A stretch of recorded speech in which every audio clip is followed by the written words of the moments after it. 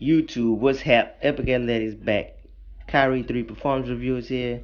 So let's talk about these, starting with the traction. Just like the Kyrie 2, traction on the Kyrie 3, money.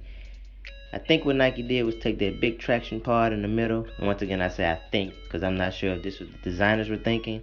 But I think they took this big traction part in the middle and just broke it up into two. Put one on the left side, one on the right side.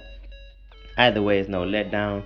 I couldn't really feel the traction parts while playing. I thought I felt it a little bit while when I first put the shoe on initially when I was walking around, but definitely couldn't feel it while I was playing. But the traction just works. Clean courts, dusty courts, minimal wiping. I've been getting a lot of good traction lately.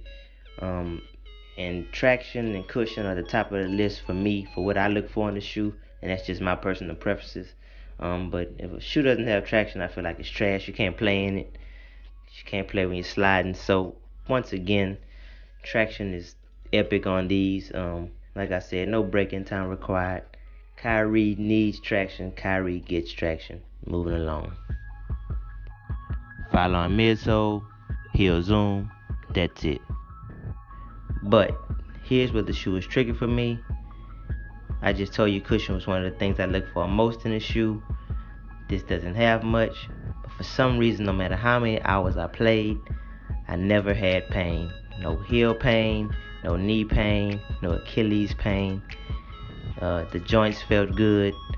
I want to credit that to the rounded midsole. I think that's what it is. Just the way the midsole is rounded offsets the impact that you have while playing basketball. That and the smooth heel to toe transition combined to just offset the shoe's lack of cushion. So I won't make the cushion any more than it is. It's average at best. You could even say below average because so many great shoes are out there with so much better cushion. But the other features of the shoe help offset that. So it is what it is with the cushion department. The response time is there, of course. It's a very responsive shoe, but it's a lack of cushion. However, the other features of the shoe help offset that. Moving on to materials, Nike used a mixture of mesh, fuse, and curum, I think it is. The toe area is like an engineered mesh with the fuse around the toe cap. And then those first two outlets, there's this small portion of just a mesh that's not backed by anything. I don't think it's really soft. It feels great, and it gives the shoe a real nice flex. It's right at that flex point. It's a great addition. I wish they would have used that material on a little bit more of the shoe. And then you see the spiky type features, which I think is curum. Just feels like, rubbery, and that could have been for durability purposes or just aesthetic purposes. Not really sure, but materials were nice. I like them. Very minimal break-in time, 1 or 2 games and you're good to go. I say they're above average. This is a very, very lightweight shoe.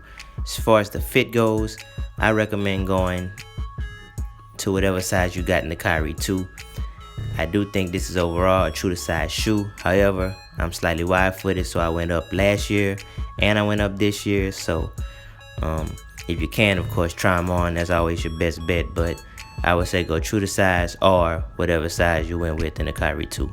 Support and lockdown were both good. The Kyrie 3 uses a traditional lacing system, as you can see, which I always love because you could really tighten the shoe as much as you need.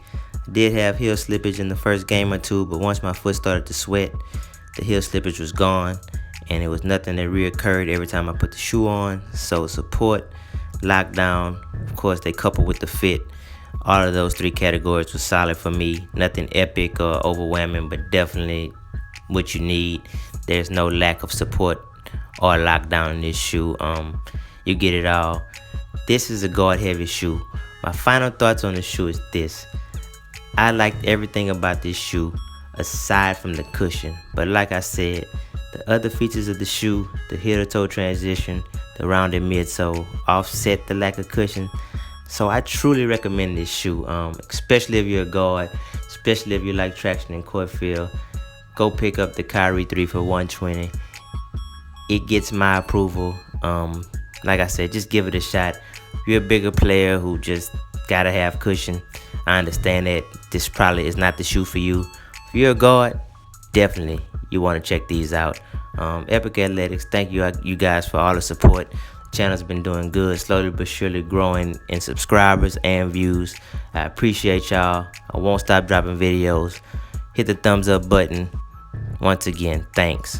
Peace.